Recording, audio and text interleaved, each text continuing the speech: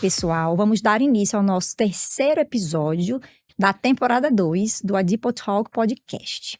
E hoje, finalmente, a gente vai falar de um tema super importante que desde a temporada passada a gente estava querendo falar sobre ele, mas não deu certo porque era muita coisa para falar.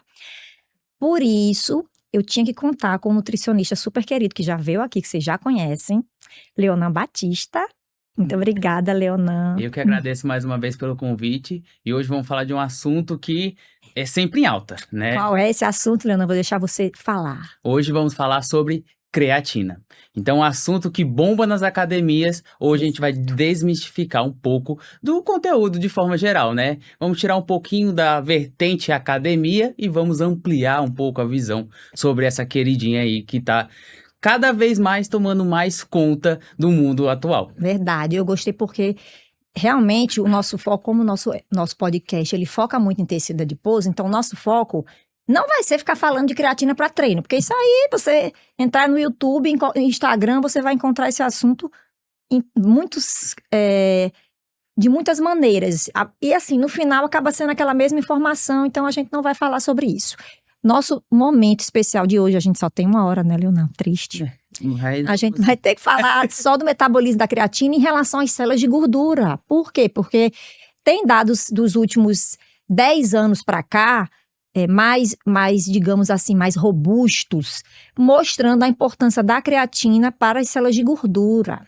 Mas é importante deixar claro, a gente até falou disso, não foi, Leonan? No episódio de lipodistrofias, que eu joguei assim aquela pergunta bombástica para você, que é que você achava de pessoas com lipodistrofia suplementarem com creatina e tal, e a gente discutiu isso, deixamos ali já, plantamos a semente. Mas aí por que a gente falou disso? Porque como você mesmo já começou a explicar, falou em creatina, pô, já tá querendo até botar em creme, passar em outros cantos, mas na verdade creatina, a gente não pode pensar só em músculo. Hoje em dia, a gente tem vários bancos de dados que a gente consegue ver a expressão de genes relacionados a diferentes vias. No caso aqui, a gente vai falar de creatina, mas a gente consegue ver isso em outros tecidos. E eu gosto sempre de falar isso, por quê? Porque creatina, já começando a falar da molécula em si, que não é uma proteína, tá, gente? Pelo amor de Deus, já vi gente falando que creatina é uma proteína. Tudo bem que creatina vai ser formada como base, assim, usando 2 aminoácidos importantes, que é a glicina e a arginina, mas não é uma proteína, porque ela vai sofrer outros processamentos até gerar creatina. Esses aminoácidos vão se alterando, e aí a gente não pode dizer que é uma proteína, tá? Mas, enfim, daqui a pouco eu vou mostrar uma imagenzinha. E quando a gente vai para esses sites que mostram a expressão desses genes que nós temos, nossas células produzem, para formar creatina, a gente começa a ver, gente, peraí, não é só músculo que expressa essas proteínas, que possui esses genes lá no DNA dessas células. Aí você fica, então isso é uma coisa que já vem chamando a atenção de muitas pessoas. E eu me lembro que, Leonan, quando a gente você paga uma disciplina comigo, eu coloquei logo esse assunto para você apresentar, porque é cara de Leonan, você tem que falar de creatina. E aí, Leonan, o que é que você assim, achou de mais interessante nessa nova visão, porque você na graduação, com certeza o foco foi músculo. E aí, já para a gente começar a desmistificar um pouco que a creatina não é importante só para músculo, e sim para outros tecidos também, inclusive células de gordura, o que é que você assim poderia já começar a falar em relação da importância da creatina nessas células, já que a expressão dos genes da síntese de creatina, ela ocorre nessas células de gordura. Então, basicamente, quando a gente está pensando em creatina, a gente volta para o músculo pelo fato de que é um local, podemos assim dizer, que mais acontece a respiração celular. E principalmente a via bioenergética relacionada com a fosfocreatina. No entanto, como toda célula do nosso corpo, ela vai respirar, ela vai precisar de ATP para sobreviver. Exatamente. Da mesma forma que o músculo precisa de ATP, o nosso tecido adiposo também precisa de ATP. Ela também produz calor. Então aqui a gente começa a colocar o que vai ser o episódio de hoje. Vamos falar um pouquinho sobre calor, sobre ATP, sobre energia. Então realmente essa creatina, ela vai estar em diversos pontos do nosso corpo. Não só apenas no tecido muscular. Ele vai muito além, como eu já comecei a pincelar um pouquinho anteriormente. Então realmente, creatina nós temos no músculo? Temos. Grande quantidade? Também. Mas nós também temos no tecido adiposo branco, por exemplo. Nós também temos em células do tecido do sistema nervoso central. Muito importante. Então, realmente, a creatina vai estar em diversas células, as quais precisam fazer respiração celular, precisam de ATP para sobreviver. Ou seja, basicamente, todas as nossas células. E você tocou num ponto importante, sistema nervoso. Creatina tem um papel essencial lá no tecido nervoso. Tanto é que a gente não costuma ouvir falar, mas existem doenças raras onde a criança, o bebê, ele vai nascer com uma alteração genética exatamente nesses genes da biossíntese da creatina. Ou seja, esses bebês, eles não vão nascer com creatina sendo produzida endogenamente, tá, gente? Apesar da gente toda hora falar de suplementação, dá aquela ideia de que a gente só vai ter creatina se a gente suplementar. Mas não, nosso corpo, em média ali, 1,5 grama, tem uns valorizinhos que a literatura fala, em torno desse valor de 1 grama, 1,5 grama de produção endógena. Ou seja, nós já produzimos praticamente aí metade, porque por dia é em média de 3 gramas, não é isso, Leonan? Isso, Tem dia que tem gente que toma até 5, varia. Isso vai depender muito da sua composição corporal, da quantidade de peso que você tem. Então, as recomendações de creatina são em cima do seu peso corporal. Então, basicamente, a gente vai ter recomendações específicas para cada pessoa diante disso. Então, a gente já produz ali em torno de quase metade do que a gente precisa de creatina. Essa creatina, se a criança nascer com alteração genética que vai impedir a formação da creatina, ela vai ter problemas graves, inclusive a alteração da função cerebral, que isso a gente vai falar em outro episódio, porque hoje não dá tempo. Mas, basicamente, é uma molécula, como você falou, fonte de energia, porque o ATP, que é a nossa moeda energética, ela vai ser produzida em outras vias metabólicas. Quando a gente estuda bioquímica, a gente detalha tudo isso. Mas a creatina, como você falou, ela vai ser fosforilada e aí vai se transformar em fosfocreatina. Então, isso aí, gente, é importantíssimo. Por quê? Porque a gente precisa ter energia em todas as nossas células, como o Leonan explicou.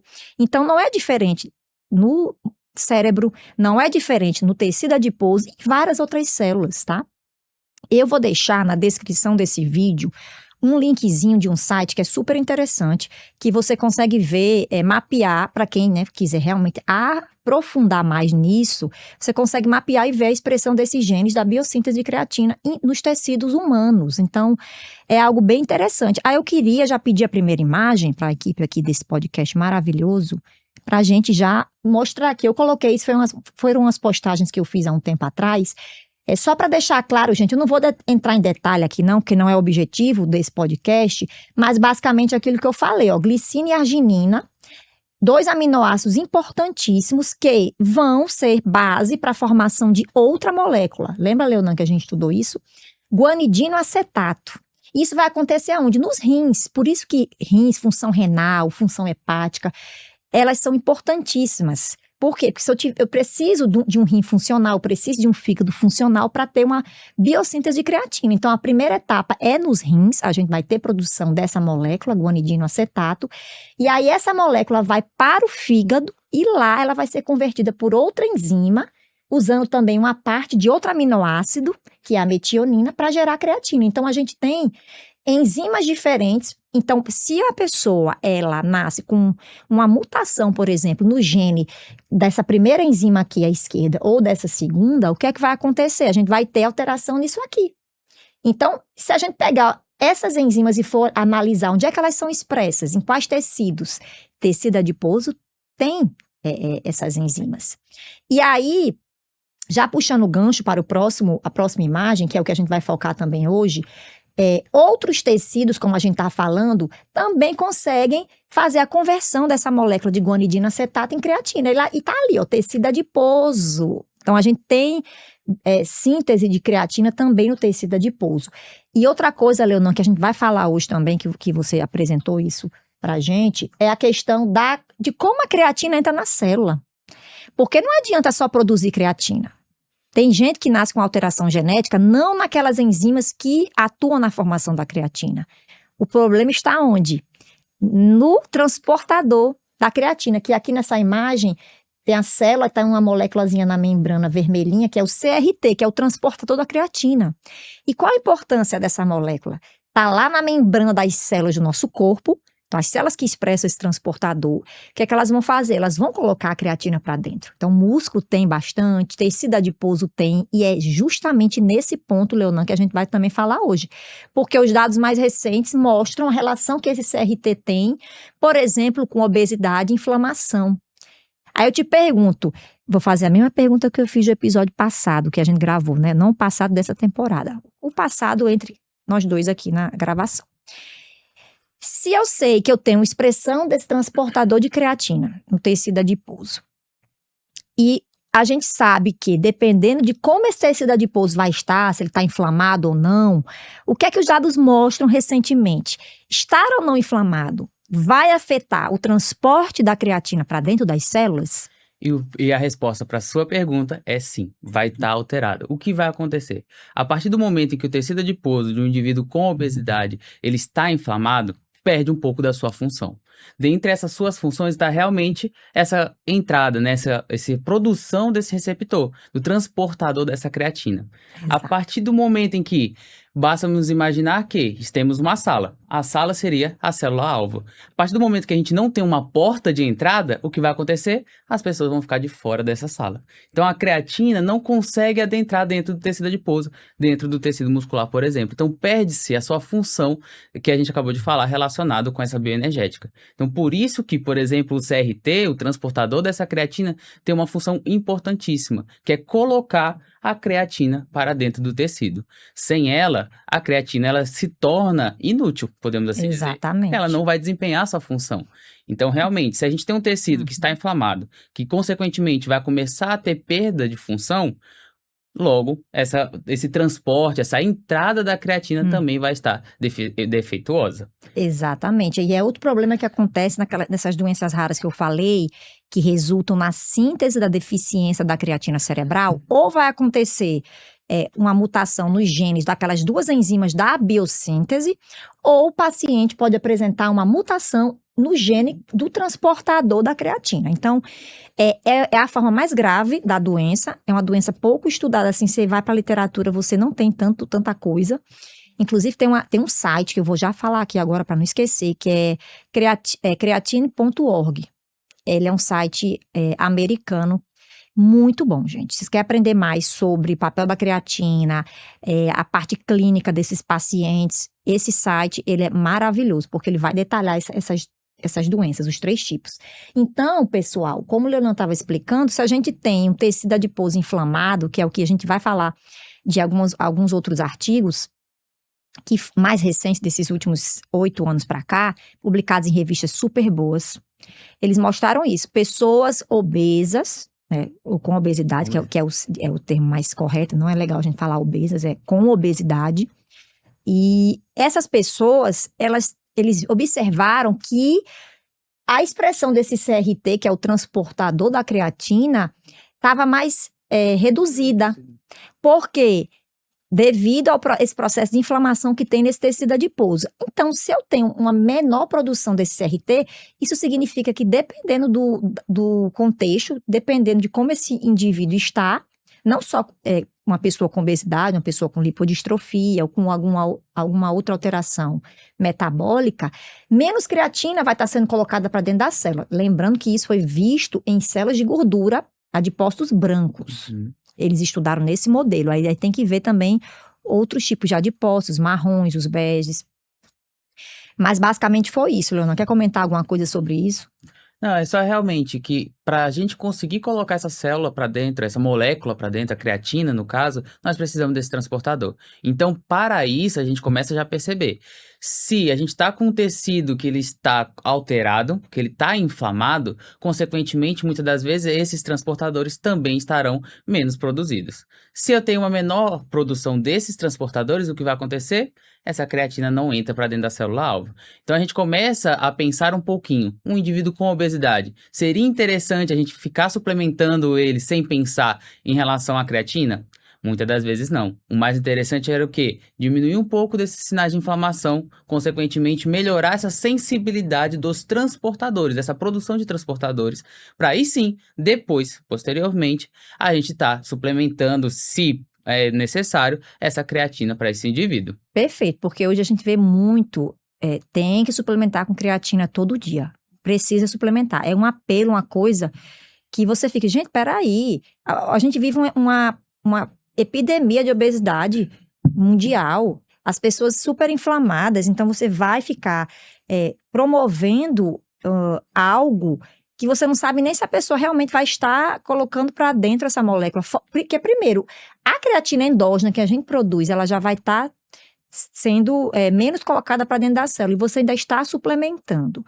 Então, tem que pensar nisso. Não seria uma estratégia mais eficiente o paciente emagrecer, porque quando você emagrece, você vai desinflamando também. Porque eu vejo muito assim, o povo não tem que desinflamar para emagrecer. Aí eu fico, não, vou perguntar para Leonan que ele entende. Desinflamar para emagrecer é uma coisa que acontece ali. Se você está emagrecendo, você vai desinflamando.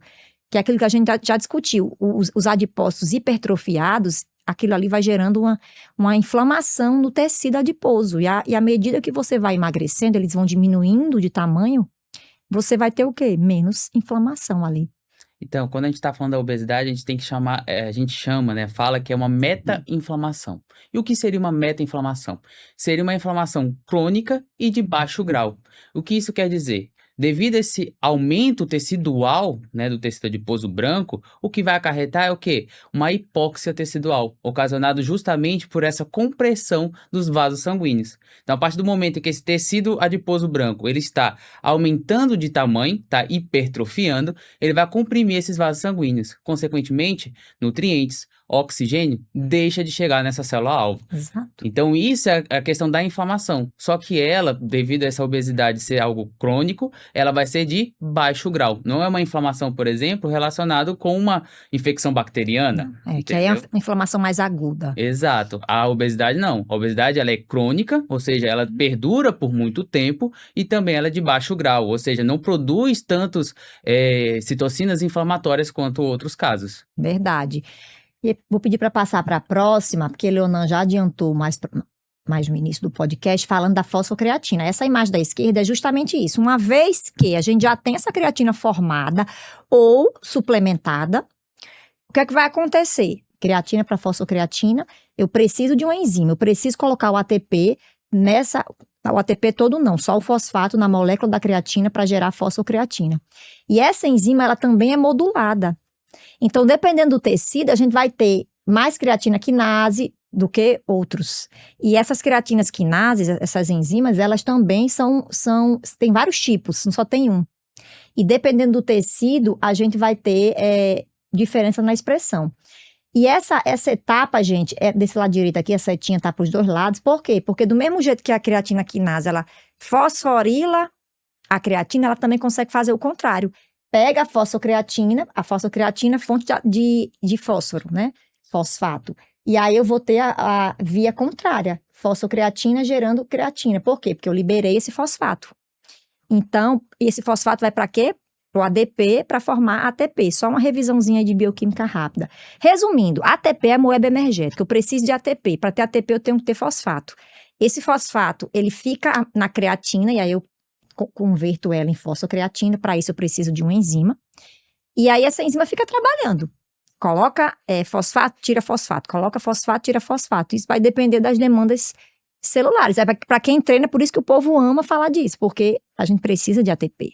Essa via que você acabou de falar, ela está especificamente mais ligada com um esporte de alta intensidade e de curta duração. Então, por isso que é tão famoso nas academias. Quando eu estou pensando em esportes, por exemplo, como levantamento de peso, onde o esporte vai durar de 0 até 10 segundos, mais ou menos, é essa via aqui que você acabou de falar que ela vai estar funcionando. Então, se a pessoa só faz um treino de musculação, que não é de grande intensidade, um treino, não vou chamar de fofo, mas um treino padrão de musculação. Essa via vai ser importante, mas não vai ser tanto quanto em exercícios de maior intensidade. É isso que você está falando? No caso, ela vai estar sendo utilizada nesse início do exercício. Então, de 0 até 10 segundos, é ela que vai estar dispondo dos ATPs. Então, como você muito bem falou, a fosfocreatina, ela vai ser um doador desse grupamento fosfato para os ADPs.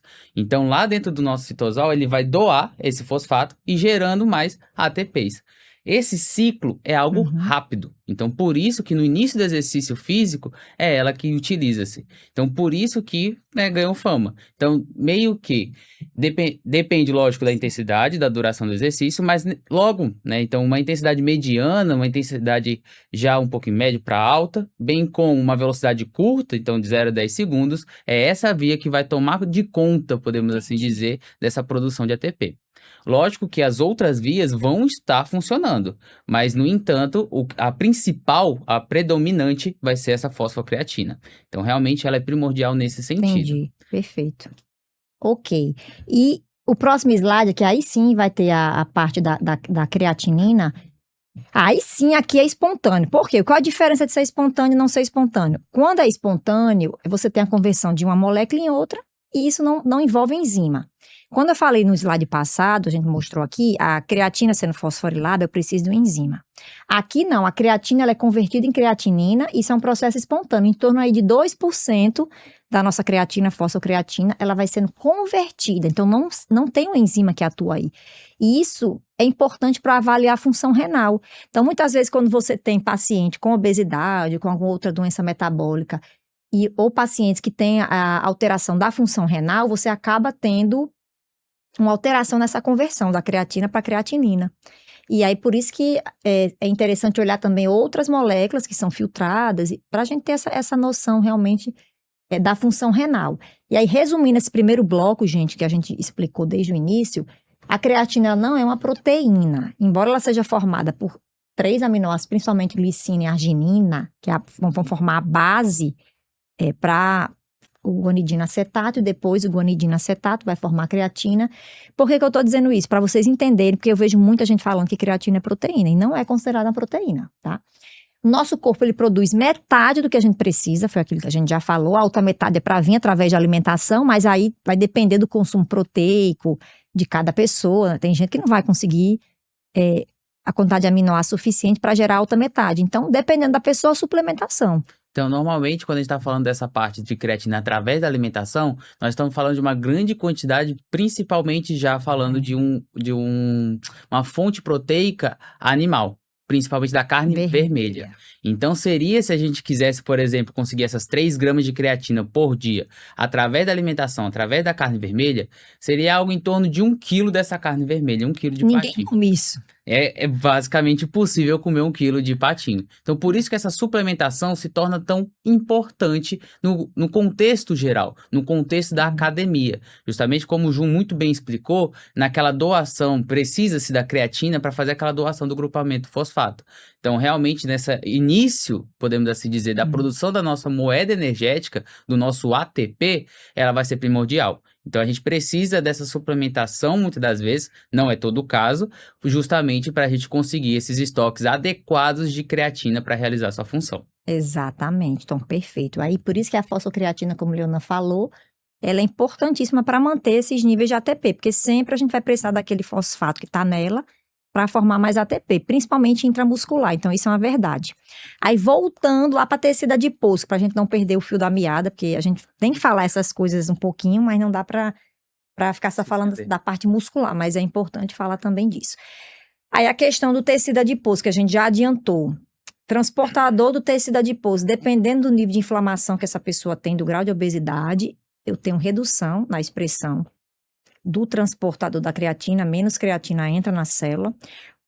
Então, Leonan, não podemos afirmar que todo mundo tem que tomar creatina todo dia, concorda? Exatamente, nem todo mundo é o caso de estar suplementando. Tanto que eu gosto muito de falar nas minhas aulas de nutrição esportiva que a gente tem que tratar a alimentação esportiva como uma pirâmide. Então, como é que é essa base, né? Como podemos falar dessa pirâmide? A base da nutrição esportiva, de forma geral, é um balanço energético. Então, preciso dar para esse esportista, para esse praticante de exercício físico, as quantidades de calorias adequadas. Depois, a gente sobe um degrauzinho. Nesse próximo degrau, a gente está falando sobre a adequação dos macronutrientes, as porcentagens desses macronutrientes. Então, dessa vez, a gente está falando da distribuição de carboidratos, proteínas e lipídios. Subindo mais um degrau, a gente vai falar sobre o momento de cada um desses nutrientes. Então, é interessante, por exemplo, a gente estar colocando os carboidratos em momentos adequados, justamente para a gente otimizar esse desempenho do praticante de exercício físico. E, por fim, lá como se fosse a cereja do bolo, o topo da pirâmide, nós temos a suplementação. A suplementação é realmente para dar aquele up final, aquela melhoria de 2%, 3% do desempenho, que a gente sabe que no esporte, no desempenho do exercício físico, esse 1% faz total diferença, né? Então, realmente, por isso que a suplementação é interessante na prática esportiva. No entanto, é o que eu gosto de criticar bastante nas minhas aulas. Que o que acontece? Atualmente, a gente está vendo uma inversão dessa pirâmide. As pessoas entram, muitas das vezes, numa prática de exercício físico e a primeira coisa que pergunta é o quê? O que eu devo tomar? Né? Então, realmente, torna-se muito essa inversão da pirâmide. Primeiro, suplementação, para depois ver as quantidades de macronutrientes, ver as calorias e tudo mais. Só que não. A pirâmide correta é o que eu acabei de falar para vocês. A gente tem que adequar as calorias, ver macronutrientes, o momento de cada um deles, para aí sim a gente falar sobre a suplementação. Dentre elas também a creatina. É aquela sensação de que se você não passar um suplemento para o paciente, você não é bom. Você não é um bom profissional. Aquela ideia de que tudo você tem que suplementar. Mas quando vai para as aulas de nutrição, a gente vê o quê? O alimento ele vai fornecer para a gente basicamente tudo que a gente precisa. A creatina, nesses casos você fala de pessoas que estão praticando esportes, que precisa daquele diferencial, suplementar com a creatina é importante, mas primeiro tem que ajustar a dieta, tem que ajustar a inflamação, tem que ver a condição dos pacientes. A gente falou sobre pacientes com perda de tecido adiposo branco subcutâneo, porque imagine, eu tenho pouco tecido adiposo branco subcutâneo e os dados recentes mostram que essas células de gordura brancas, elas também expressam o transportador, junto com os adipócitos marrons e beges. Aí uma pessoa com lipodistrofia, que tem pouca célula de gordura branca, aí vai estar suplementando com creatina. Então, assim, tem que rever, porque essas células de gordura estão disfuncionais. A gente tem que pensar que a creatina, ela precisa entrar na célula para ser funcional. Aí tem que ter estudo para avaliar se em pessoas com lipodistrofia, em pessoas com outras comorbidades, se tem alteração, como fizeram com obesidade. Mas a gente não tem estudos disso em lipodistrofia ainda, mas a gente consegue transpor um pouco, estudar em obesidade, que é o que já tem na literatura, e pensar. Assim, em obesidade a gente vê isso em lipodistrofia, que eles também têm uma inflamaçãozinha ali, como você explicou, no tecido adiposo. Não é só o paciente que tem obesidade que tem. Então, é importante o profissional da saúde ter essa noção de quando o paciente chegar e explicar, olha, realmente, todo dia a gente vê no Instagram, nas redes sociais, tem que tomar creatina, o povo ainda bota o pó na boca e depois joga água. Eu acho que o melhor é diluir. O melhor é diluir, porque Se você é broncoaspirar. O problema, às vezes, o que acontece? Já falei com alguns fonos e eles falam que pode levar lesão da faringe. Por conta justamente disso. Porque, querendo ou não, é um pó que vai estar interagindo com a sua faringe e, consequentemente, levando alguns danos a ela. Mas tem um monte de gente que faz isso, filma, e aí os outros veem, aí meio que você vai seguindo a boiada. Você vai vendo aquilo. Gente, é o seguinte, a gente não tô dizendo que eu sou contra quem toma creatina, não, pelo contrário. Mas só que tem que ter cuidado de quem deve tomar realmente a ordem da pirâmide que Leonan explicou, não botar a creatina primeiro e depois pensar na alimentação, e também a questão de como você está ingerindo essa creatina, e também a qualidade, mas isso aí é outro assunto, todo mundo já fala disso, acho que o importante é focar nos outros aspectos. Então, essa parte de célula de gordura, a gente já falou do CRT, aí tem outra coisa importante que é em relação à enzima, que faz a fosforilação da creatina. Que a creatina por si só, se ela não for fosforilada, não vai ter esse ganho aí de força nos exercícios. Eu preciso que ela seja fosforilada. E aí, nos dados mais recentes, eles também viram, os pesquisadores, que eu tenho expressão dessa creatina quinase no tecido adiposo e no marrom, principalmente. O branco tem, o marrom tem muito. E o marrom é aquele que a gente sempre fala que é termogênico. Então, a creatina, além dela ter os efeitos que a gente já sabe em relação à força, ela também é usada para a produção de calor nas células de gordura, que é uma outra via de termogênese, que é essa produção de gordura. Aí o pessoal escutando isso vai dizer, então eu vou tomar termogênico, porque aí eu tomo termogênico junto com a creatina, eu vou ter mais termogênese. Aí, muita calma nessa hora, que não é isso que a gente está dizendo. Tá? Termogênico, já falamos aqui antes, não sei se você concorda que a gente falou isso com o Dr. Josivan, mas os termogênicos são moléculas que, em humanos, elas não vão funcionar aumentando a termogênese do jeito que as pessoas pensam. Entende? Então, termogênico tem que ter muito cuidado com o uso dessas moléculas. Inclusive, elas podem aumentar batimentos cardíacos, tem outros efeitos colaterais que, assim, na verdade, não é indicado. A verdade é essa. Mas que a creatina funciona como na termogênese, isso já é um dado consolidado, assim, principalmente em modelos animais, tem estudos em humanos também, mas é importante deixar claro que a gente não pode dizer por isso que eu vou pegar, associar as duas coisas. Muita calma nessa hora, porque quando a gente sai de um estudo de modelo animal para um estudo em humanos, é uma diferença grande, tá? Não vamos dizer que não é importante fazer estudo em modelo animal, claro que é, até porque tem intervenção que a gente não consegue. Por exemplo, puxando aqui um pouquinho na parte de creatina para a saúde da mulher, que é uma coisa que tem pouquíssimos estudos, estudo em mulher no geral tem pouco. Se você for para a literatura, estudos de creatina, a maioria é em homem. O que tem em mulher, muitos não são bem feitos no sentido que, assim, não fizeram dados antropométricos, não analisaram a metabólica.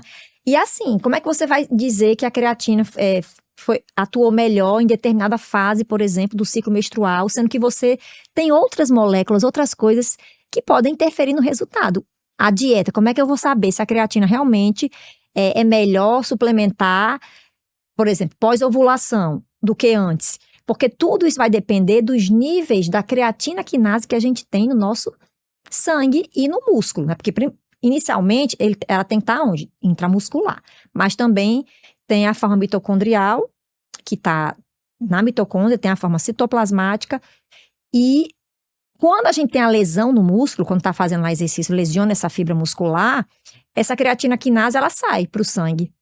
Por isso que quando você vai quantificar a creatina quinase, geralmente você tem que esperar ali 3, 4 dias. Se você treinou, tem que esperar, porque se você for dosar, vai dar uma creatina quinase alta no sangue, que é o que acontece em muitos pacientes com lipodistrofia. Eles têm naturalmente níveis elevados de creatina quinase. Principalmente aqueles que afetam muita musculatura.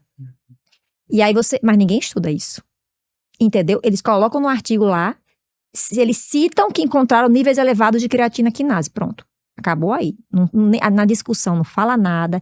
Então, essa parte de creatina é algo que a gente tem que estudar mais. E em mulheres principalmente, porque tem poucas revisões mostrando isso. Eu não sei se você chegou já a ver isso, Leonan, mas tem essa questão de respeitar o ciclo menstrual para saber em que fase, de fato, deve se suplementar. Porque dependendo da fase do ciclo, você tem mais creatina quinase no sangue. Entende? Então, a fosforilação da creatina intramuscular, ela vai ser comprometida, concorda? Só que a gente precisa de mais estudos para entender isso. Inclusive, entender a questão da adiposidade feminina, se isso também vai afetar a metabolização da creatina, por exemplo.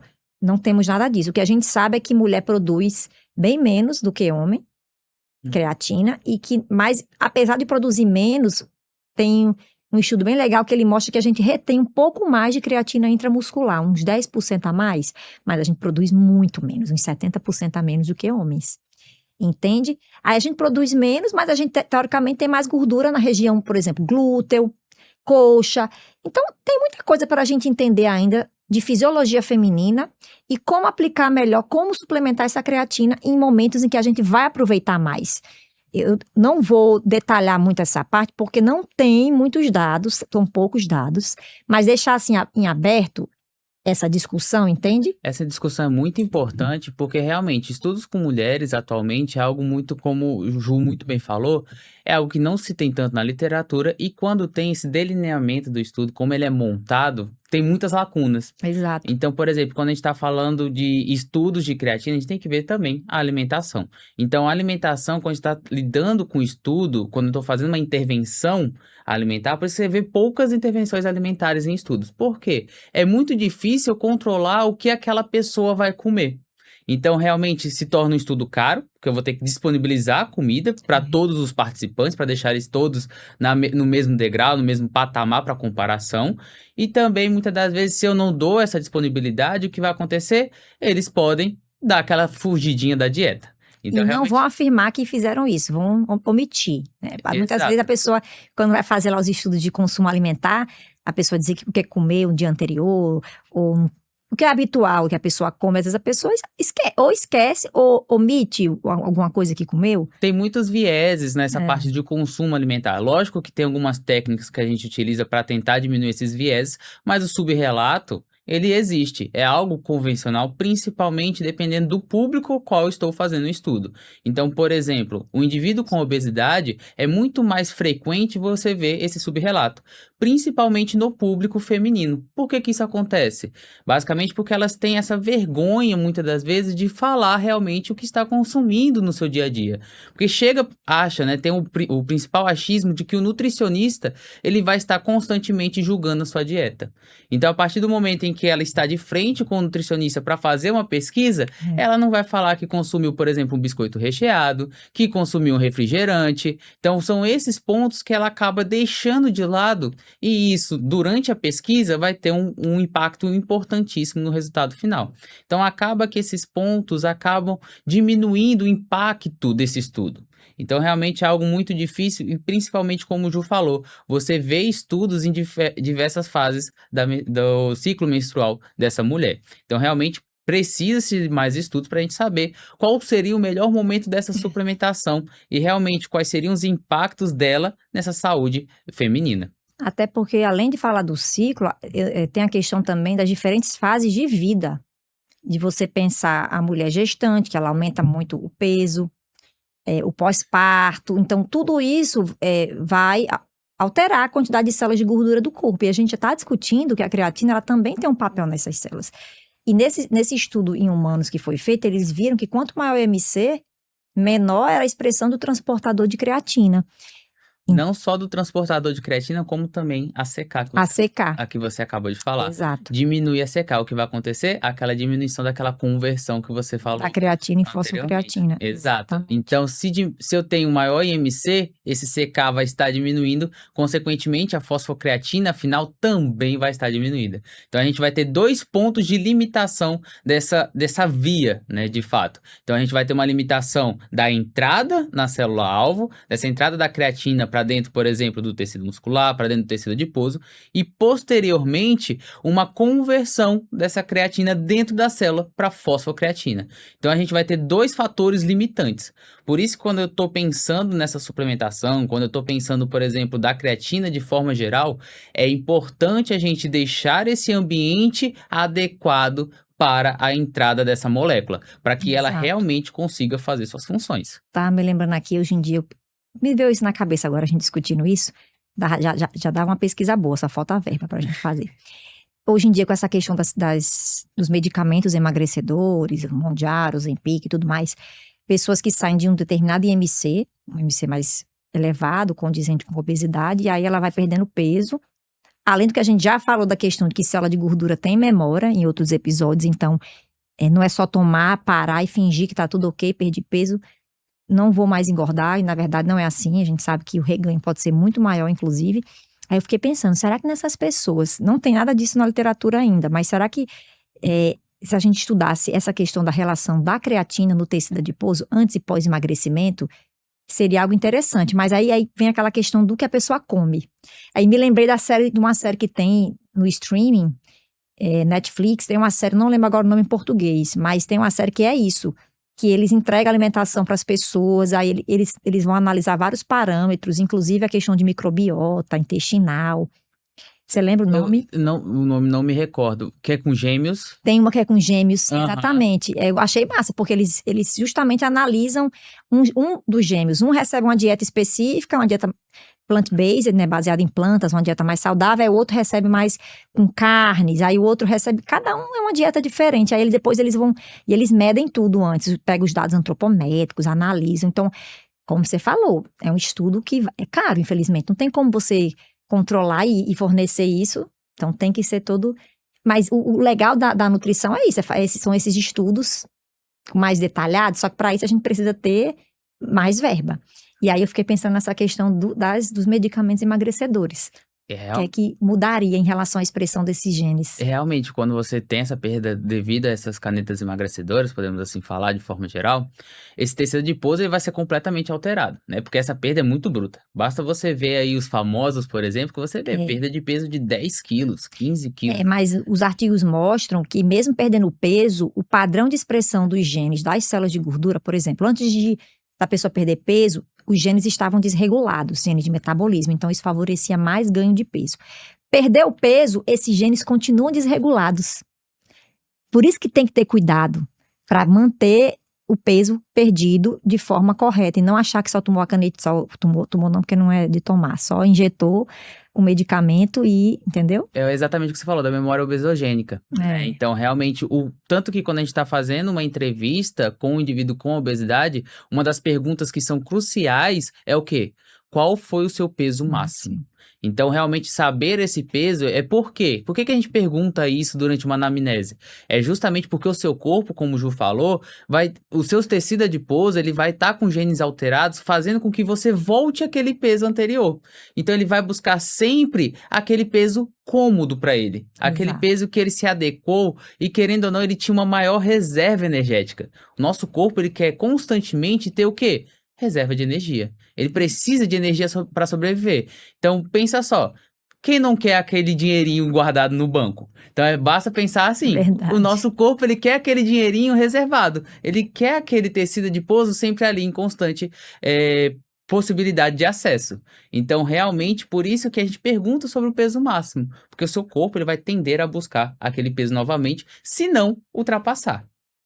Exato, por isso que é importante o acompanhamento nutricional. Eu vi muita gente falando nas redes sociais, agora com os medicamentos emagrecedores, o nutricionista não tem mais trabalho. Aí eu fico, será, né, fazer a trend agora, será que o nutricionista não tem mais trabalho? Discordo completamente, é justamente o contrário, mas eu acho que a sociedade, o mundo como um todo, quando a gente fala em perda de peso, creatina, tudo isso, já tem algumas convicções, digamos assim, feitas na cabeça das pessoas, que é difícil elas entenderem que vão ter reganho. Por quê? Porque o que importa é perder peso. A gente tá vendo pessoas perdendo peso, mudando a fisionomia, mudando várias coisas. E assim, é complicado, porque essa etapa do antes, durante e pós perda de peso e suplementação, inclusive de creatina, a gente precisa ter alguém, um profissional, esse profissional que vai regular a sua alimentação só é um nutricionista. Só quem pode passar dieta é um nutricionista. Então não adianta você ir para uma consulta de outro profissional da saúde e sair de lá com um plano alimentar, que é o termo correto, feito, e achar que tá tudo bem. Não tá. Então o nutricionista é o contrário. Exatamente nesse cenário, ele tem muito mais impacto nesse manejo desses pacientes. Pegando um ponto que você falou, Ju, aí eu vou meio que conectar esses genes alterados com a creatina, com essa rota que a gente acabou de estar conversando durante o episódio. Teve um estudo da Nature, recentemente, acho que dos últimos 5 anos, o que os pesquisadores fizeram? Basicamente, eles nocautearam um gene relacionado com com a creatina quinase, Sim. que você tinha explicado. Nocautearam aonde? No tecido adiposo. Especificamente nas células de gordura. Especificamente nessas células de gordura. E o que aconteceu? Basicamente, eles observaram que os camundongos, né, que tinham essa CK, que estava nocauteado, ou seja, não tinha expressão do gene da CK, ou seja, não tinha, consequentemente, a proteína CK, o que acontecia? Esses camundongos tinham tendência a ganhar peso. Então, eles aumentaram o tecido adiposo justamente devido a essa ausência de conversão. E específico nas células de gordura, isso aí é show. Exato. Porque tem vezes que a gente faz o quê? Faz um nocaute, que é um nocaute, é você tirar um gene das células de um animal. Só que aí, muitas vezes, eles fazem o quê? Primeiro, eles fazem o nocaute total, todas as células do corpo. Leonan está falando de um modelo muito preciso, que o nocaute foi específico nas células de gordura, ou seja, tirou o gene da creatina quinase nas células de gordura. Então, é justamente quando tirou esse gene, o que aconteceu? Eles tenderam a aumentar o peso. Então, justamente que a gente começa a perceber que, se a gente tem um gene alterado nesse tecido adiposo, como eu estava falando de indivíduos com obesidade que têm esses genes alterados, por mais que eles estejam no peso adequado, o que vai acontecer? Essa tendência a ganhar peso. Exato. Então, a gente está falando de um gene apenas alterado. Agora, imagine no cenário de obesidade, no indivíduo com obesidade, o quanto genes não estarão alterados Muitos devido genes. a essa meta-inflamação. Então, é justamente esse processo. Então, É. tem vários deles que vão tender com que esse indivíduo volte àquele peso que ele tinha antes. E eu acho esses estudos, assim, eu fico muito feliz quando eu vejo cada vez mais estudos moleculares de expressão gênica em células de gordura, porque a vida inteira, antes de você entrar na faculdade, eu mesma, você só escuta falar que as pessoas querem perder peso, como se aquilo, realmente, perder peso é importante para a saúde. Mas as pessoas falam de um jeito como se fosse eliminar as células de gordura, como se elas não servissem para nada, sendo que é justamente o contrário. Se você se alimenta e após uma refeição você se sente saciado, o tempo que vai dizer a última refeição para a próxima, essa saciedade vai ter relação com o tecido adiposo, com as células de gordura que vão produzir hormônios importantes para regular nossa saciedade. Então, assim, sem célula de gordura você não sobrevive. Resumindo, é isso. Então, é tudo questão de equilíbrio. Não ter excesso, assim como ter deficiência dessas células, vai ser ruim.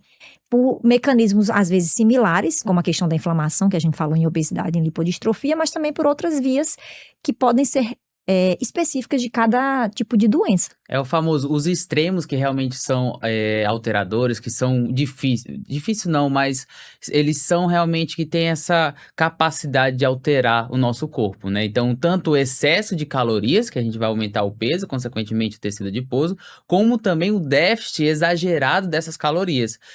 Tem uma síndrome, né, que é a síndrome da tríade da mulher atleta, ou que agora a gente já ampliou esse termo para deficiência energética relativa ao esporte, que é basicamente o quê?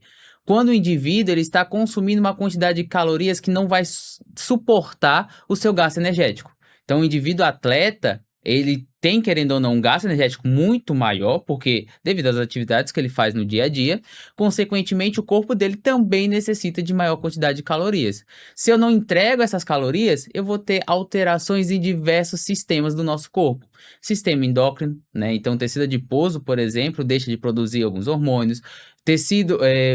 Os hormônios de forma geral, testosterona, cortisol, estrogênio vão estar alterados. Sistema imune também vai estar alterado. Então, por isso que se eu estou com um déficit calórico por muito tempo, o que vai acontecer? Eu tender a ter uma virose, um resfriado. Então, por isso, quando você está sempre perdendo peso constantemente, é muito fácil você cair no resfriado. Justamente porque o seu corpo ele precisa das calorias para manutenção das suas funções vitais, para manutenção de hormônios, manutenção do seu sistema imune, manutenção do seu sistema ósseo. Então, é muito fácil você observar fraturas, por exemplo, nesses indivíduos.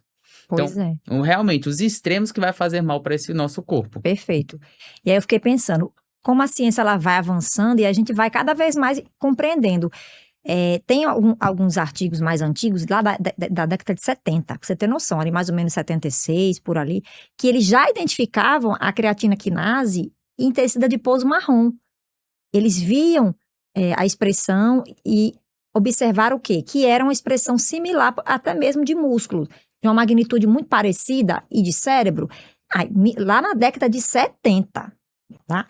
Então, veja, a gente já sabia, se eu tenho muita expressão de um determinado gene, uma proteína, uma enzima em um tecido, ela vai ter um papel importante ali, tá? E aí, esse estudo que você falou da Nature, da CKB alterada em pessoas com obesidade, isso foi recente. Então, nos últimos 5 anos para cá, ou seja, por quê? Porque a ciência ela vai evoluindo, a gente vai tendo novas metodologias, como analisar melhor, usa os modelos animais que Leonan falou. Antes a gente fazia um nocaute total no corpo todo, agora a gente já consegue fazer. O exemplo dele foi nas células de gordura, especificamente tirando a creatina quinase e vendo o que é que acontece no corpo todo. Mas tem gente que faz isso em outros tecidos do corpo, tira só do coração, tira só de outro, e assim a gente vai estudando. Por isso que eu sempre digo, estudar modelos animais é fundamental, porque tem certas coisas que a gente não vai poder fazer em humano. Já imaginou? Pegar um embrião e fazer o nocaute antes, né, de ter o embrião, fazer um nocaute para poder ter um bebê sem secar?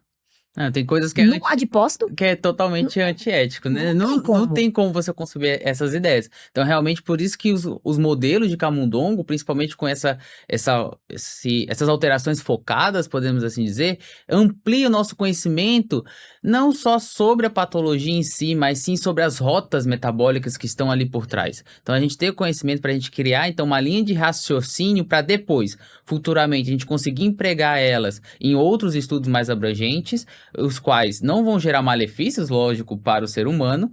Então, basicamente, a gente consegue, aos poucos, aumentar esse conhecimento. Primeiro, a gente tem que partir justamente desses processos, dos processos bioquímicos, dos processos moleculares, para depois a gente ver os impactos fenotípicos, ou seja, no ser humano, no dia a dia, realmente. Então, realmente, Exato. precisa começar lá da base, lá da bancada, né, que a gente gosta de falar, Exato. para depois a gente ver realmente essa prática, essa consequência em vida, né? Por isso que a bioquímica é super importante, inclusive para a nutrição. Se a gente vê uma via bioquímica, vê uma enzima que atua, ou uma etapa que não tem enzima atuando, enfim. Mas é importante que a gente saiba fazer isso, para poder não chegar e ficar falando informações erradas. E é importante a gente saber isso na nossa formação também, acadêmica, como pesquisadores, porque a gente está formando alunos, está formando pessoas.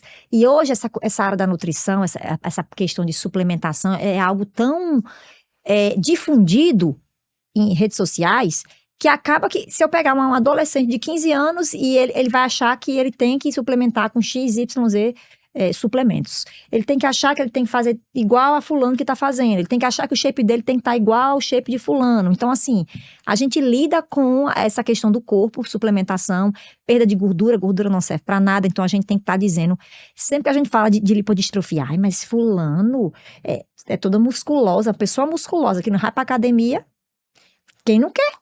A gente luta para ir pra academia, passa 15 dias sem ir, quando tá doente, quando tá viajando, volta, parece que nunca treinou na vida. Então, assim, realmente, a pessoa olha, quero também, mas a pessoa não entende o que acontece por trás. Kailane falou isso no episódio passado. E esse é o principal choque que eu falo também. Quando eu tô conversando com os meus amigos, por exemplo, que eu chego pra eles e falo, não, eu estou diretamente relacionado com indivíduos com lipodistrofia, aí eu vou explicar a doença pra eles, a primeira resposta deles, nossa, como assim? É bom? Né? É o primeiro impacto deles. Não. Aí eu explico todo o processo, ele, nossa, realmente é algo muito mais, como posso dizer, com alterações muito mais significativas, às vezes, do que uma obesidade. Então, realmente, pra gente ver, novamente eu repito, os extremos, né, ele querendo ou não, eles são prejudiciais pro nosso corpo. Demais. E a gente vê hoje muitas pessoas buscando justamente os extremos. Exato. Não o extremo da obesidade, o extremo oposto, né? Então, é isso. Então, a gente, nesse modelo que o Leonan falou, que é um exemplo que ele disse, tirou a enzima creatina quinase, a gente viu efeitos. Ou seja, quando eu tiro e vejo que ela é importante, se o camundongo desenvolveu obesidade, quer dizer que ela é importante para regular ganho de peso. Possivelmente, como é no adipócito marrom, deve ter alguma conexão aí com termogênese, tem que analisar melhor esses dados depois e tudo, não é objetivo a gente detalhar aqui, mas isso mostra que se ela é expressa normalmente em níveis parecidos em outros tecidos, tanto em adipócito quanto em outros tecidos, então você tem noção de que realmente ela é importante. E às vezes não precisa nem ter uma expressão assim, muito alta para dizer que aquela proteína, aquela enzima é importante. Porque nos adipócitos brancos a gente tem expressão também de algumas isoformas e que não precisa ser a maior expressão para dizer que é importante. Mas a gente vê também que quando tira determinada proteína, determinada enzima de uma região do corpo, a gente vê o efeito. E em camundongo a gente consegue controlar a dieta, coisa que a gente não faz em humano. Exato. Então, nesse estudo, por exemplo, estava tudo controlado, né? A única alteração realmente foi esse nocaute, esse silenciamento gênico. Então, só para deixar claro, que, não teve alteração em dieta, atividade física, nada. Foi realmente, eles continuavam com a vida cotidiana dos camundongos. Os camundongos. Isso, os camundongos continuavam com essa vida normal deles, mesmas atividades e tudo mais, só que tinha essa tendência ao ganho de tecido adiposo, realmente. E esses dados todos, a maioria que a gente está falando aqui, inclusive essas imagens, elas focaram nesses dados, grande parte foi tudo de um grupo de pesquisadores que é lá do Karolinska Institute, que é lá na Suécia, que eles são tem toda uma estrutura de pesquisa lá. e eles só publicam em revistas boas. E, inclusive, saiu uma outra publicação recente agora, final de novembro, ligando epigenética com essa questão de metabolismo nos adipócitos e creatina. É um dado mais recente, a gente vai deixar para falar isso em outros momentos. Mas, ou seja, o que eu estou querendo dizer? Final de 2025, todo ano a gente está tendo dados novos e a tendência é essa. Então, a gente como profissional da saúde, quem lida com paciente, precisa ter muito cuidado com isso. Cada caso é um caso, não dá para generalizar. E aí precisa que isso entre na cabeça das pessoas. Mas é muito difícil. Vamos combinar aqui, Leona, porque esse negócio dos medicamentos emagrecedores, a febre é tão grande que, por mais que você chegue e diga, olhe, tenha cuidado, tem gente tomando sem estar com acompanhamento médico e nutricional, entende? Então, assim, você fica até meio assim de tentar ajudar a falar alguma coisa, porque, às vezes, não tem aquele ditado da casa, eu sou péssima para ditado, tá, gente? Que é casa de ferreiro, espelho de pau. Acertei. Isso, Gente, eu sou péssima para falar essas coisas. Então, basicamente, é isso. Às vezes, na sua família, você tenta explicar, você tenta falar e existe muita resistência. É como se, não, eu vi na internet, fulano falou. Você trabalha com algo específico, pesquisa aquilo, mas é mesmo que nada. Dois pontos interessantes. O primeiro parece que as pessoas, elas precisam sair do nutricionista com uma lista enorme de manipulados e lista enorme também de suplementação, de exame de forma geral, para realmente falar, opa, esse nutricionista é bom. Sendo que é como o Ju falou. Primeiro, ele tem que ajeitar a sua alimentação. Se não tiver essa base bem consolidada, nada vai adiantar. Então, realmente, vou estar suplementando cromo, suplementando algumas vitaminas, alguns minerais muito específicos, muitas das vezes, para aquele indivíduo não se faz necessário. Precisa realmente, por que não colocar uma fonte de cromo, uma fonte de algum desses... De zinco, selênio, se for. Exato, para depois, sim. A gente sabe, por exemplo, que a matriz alimentar, ela vai ter um impacto importante na biodisponibilidade desses nutrientes. Que é a combinação dos nutrientes que estão naquele alimento. Exato, realmente observar essa interação nutriente-alimento. Então, essa biodisponibilidade... Ainda tem isso, viu, Luna? Você falando disso agora, a interação da creatina dentro das nossas células com outras moléculas que estão ali. Exato, interage, nosso corpo é uma interação, uma rede de interação enorme. Exato. Então, qualquer coisinha que a gente altera, que esteja alterado, consequentemente vai ter impactos em diversos outros lugares. Basta a gente colocar uma analogia, pensar naqueles dominozinhos que colocam um do lado do outro. Sim. A partir do momento que você dá um peteleque vai tudo sendo derrubado. Então é algo bem parecido com isso. Um outro ponto que realmente é algo que me dá muita angústia é o fato das canetas emagrecedoras, as pessoas estarem comprando até doses. Né? Microdoses. E nem pode, nenhum profissional pode estar vendendo isso. Exato, isso aí realmente é algo que dói meu coração quando eu vejo por aí afora. E, realmente é um ponto que deve ser um questionamento para realmente de saúde pública. Porque precisa se ver realmente esses pontos, essas vendas, por exemplo, dessas... Mas a questão do letramento, eu acho que a gente precisa falar cada vez mais, inclusive nas redes sociais, esse podcast ele tem esse papel importante, a gente faz pesquisa na universidade, mas a gente também faz extensão, que é isso aqui, levar conhecimento para vocês, para a população. Eu sei que a gente acaba querendo ou não falando de alguns termos mais técnicos, que vocês vão ficar, não estou entendendo nada, tá? Mas...